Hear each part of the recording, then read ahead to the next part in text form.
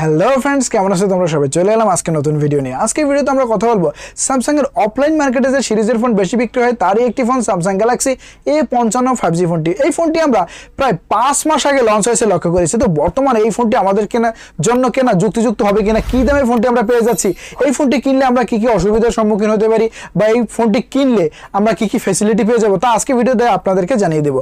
তো বন্ধুরা, আর কথা না বাড়িয়ে ভিডিওটির মূল পর্বে যাওয়ার আগে যারা এখন পর্যন্ত আমাদের চ্যানেলটি সাবস্ক্রাইব করেনি তারা অবশ্যই চ্যানেলটি সাবস্ক্রাইব করে বেল আইকনটি প্রেস করে দিবেন। আমরা প্রতিনিয়ত এরকম ট্রেন্ডিং ভিডিওগুলো ইউটিউবে আপলোড করে থাকি। তো বন্ধুরা, আপনারা অবশ্যই চ্যানেলটি সাবস্ক্রাইব করে বেল আইকনটি প্রেস করে দিবেন এবং হ্যাঁ, ভিডিওটিতে লাইক দিতে বলবেন না। প্রথমেই আমরা এই ফোনটি বক্স কন্টেন্ট নিয়ে কথা বলব।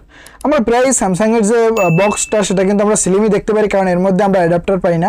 তো বক্সটি ওপেন করলে প্রথমেই কিন্তু আমরা আকর্ষণীয় ফোনটি দেখতে পাবো যেটা র্যাপিং করা রয়েছে এবং এর নিচে আমরা কিন্তু কিছুই পাবো না, এখানে আর কিছুই নেই।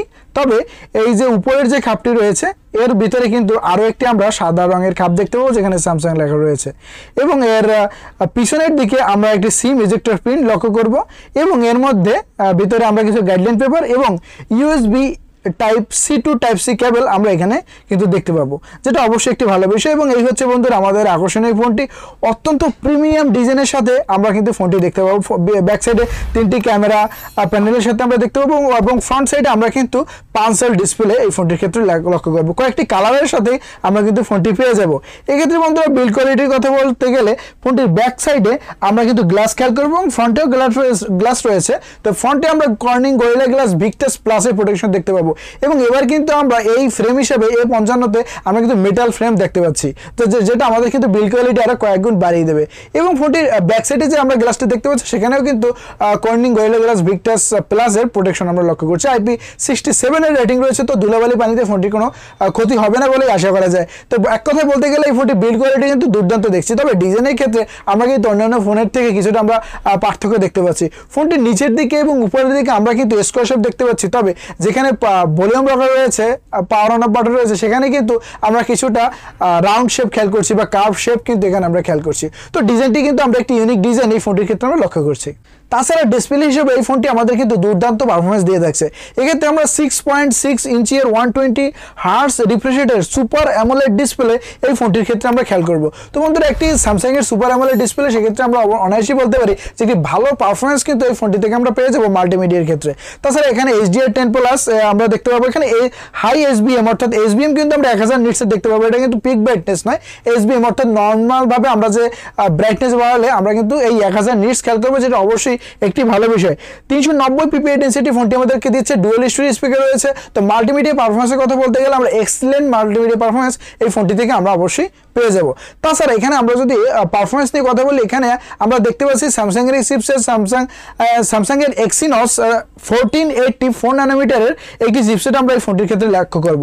এবং এর যদি আমরা আন্তর্জাতিক মার্কেটের কথা বলতে চাই, প্রায় 7,25,000 বা তারও বেশি কিন্তু আমরা আন্তর্জাতিক বেঞ্চমার্ক এই ফোনটির ক্ষেত্রে খেয়াল করছি। তো যে কোনো গেম আমরা কিন্তু মিডিয়াম সেটিংসে আমরা এই ফোনটি থেকে আমরা গেম প্লে করতে পারবো। তবে হাই FPS এই ফোনটি থেকে কিন্তু আমরা গেম প্লে ওভাবে করতে পারছি না। তো এক্ষেত্রে কিন্তু আপনার একটি ভাবার বিষয় রয়েছে যে আমরা যে প্রাইসে ফোনটি দেখছি এই বাজার সেগমেন্টে কিন্তু আমরা অন্যান্য ভালো পারফরমেন্স ওয়ালা ফোন পেয়ে যাচ্ছি। তবে এটার পারফরমেন্স আমরা খারাপ না, মিডিয়াম সেটিংসে আমরা জেনসেন ইম্প্যাক্টের মতো গেমও কিন্তু এই ফোনটিকে রান করাতে পারছি। তো আপনি যদি মিডিয়াম গেম লাভার হয়ে থাকেন তো অবশ্যই এই ফোনটি আপনি দেখতে পারেন। এরপরে আমরা আসা যাক এই ফোনটি ক্যামেরা পারফরমেন্স দেখে। এই ফোনটির ব্যাক প্যানেলে আমরা 3টি ক্যামেরা সেন্সর দেখতে পাচ্ছি। এখানে মেইন ক্যামেরা সেন্সরটি হচ্ছে 50 মেগাপিক্সেল, যেখানে আমরা ওয়াইস এর সাপোর্ট পাচ্ছি। তারপর আছে 12 মেগাপিক্সেল আলট্রা ওয়াইড ক্যামেরা এবং 5 মেগাপিক্সেলের ম্যাক্রো ক্যামেরা। এখানে কিন্তু আমরা যে অন্যান্য যে মিড বাজার সেগমেন্টের ফোনে আমরা 8 মেগাপিক্সেল এবং 2 মেগাপিক্সেল দেখতে পাই, তো এক্ষেত্রে কিন্তু আমরা কিছুটা হাইলাইট আমরা এই ফোনটির ক্ষেত্রে খেয়াল করছি। এবং ফ্রন্টে আমরা 32 মেগাপিক্সেলের আমরা কিন্তু সেলফি ক্যামেরা দেখছি। এবং ফোনটির ব্যাক এবং ফ্রন্ট সাইড থেকে আমরা উভয় সাইড থেকে খুব ভালো ছবি দেখতে পাচ্ছি, যেখানে রেডি টু আপলোড অনায়াসে বলা যেতে পারে। তাছাড়া এর উপরে রয়েছে স্যামসাং এর যে AI ফিচার, সেই AI ফিচার অনেক ফিচারই কিন্তু আমরা এই ফোনটির ক্ষেত্রে লক্ষ্য করছি, যেটা আমাদের ছবি আরো এনহান্স করে তুলবে, আরো ছবির যে কোয়ালিটি সেটা কিন্তু আরো কয়েক গুণ বাড়িয়ে তুলবে। এবং আপনি যদি প্রফেশনাল ক্যামেরাম্যান নাও হন তাও কিন্তু এক্ষেত্রে আপনাদের ক্যামেরার পারফরমেন্স কিন্তু বা ক্যামেরা এক্সপিরিয়েন্স বাড়িয়ে দেবে। অর্থাৎ আপনি একটি ছবি তুলছেন, সেক্ষেত্রে এটি আপনাদের সাজেস্ট করবে যে আপনি আরো ধারে গিয়ে তুলবেন না, ক্যামেরাটা একটু উপরে উঠেবেন না, একটু নিচে নামাবেন। সেক্ষেত্রে কিন্তু এই ফোনটি আপনাদের জন্য বেস্ট হতে পারে।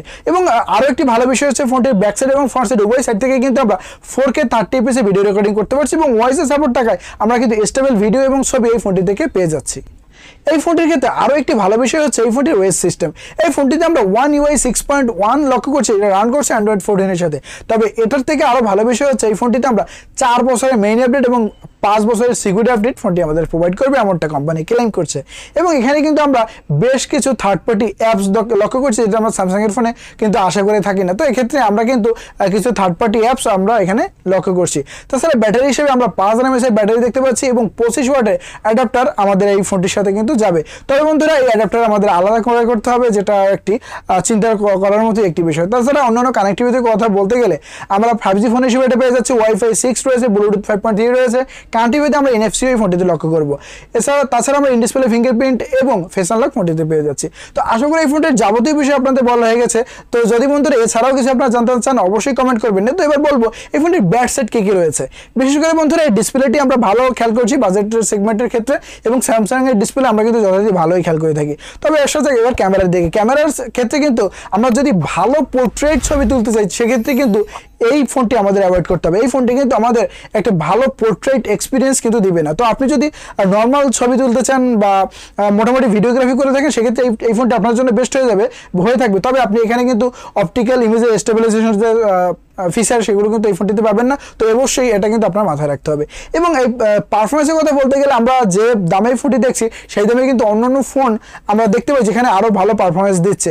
তো এক্ষেত্রেও আপনার একটি বিষয় রয়েছে, এবং স্যামসাংয়ের যে UI থাকে সেটা কিন্তু ব্যবহার করতে আমরা সব থেকে ভালো ফিল করি। তো সেক্ষেত্রে কিন্তু স্যামসাংয়ের ফোন অবশ্যই কয়েক ধাপ এগিয়ে থাকে। তাছাড়া পারফরমেন্স এবং ক্যামেরা আমরা এই ফোনটির ক্ষেত্রে কিন্তু ডিসেন্ট খেয়াল করছি।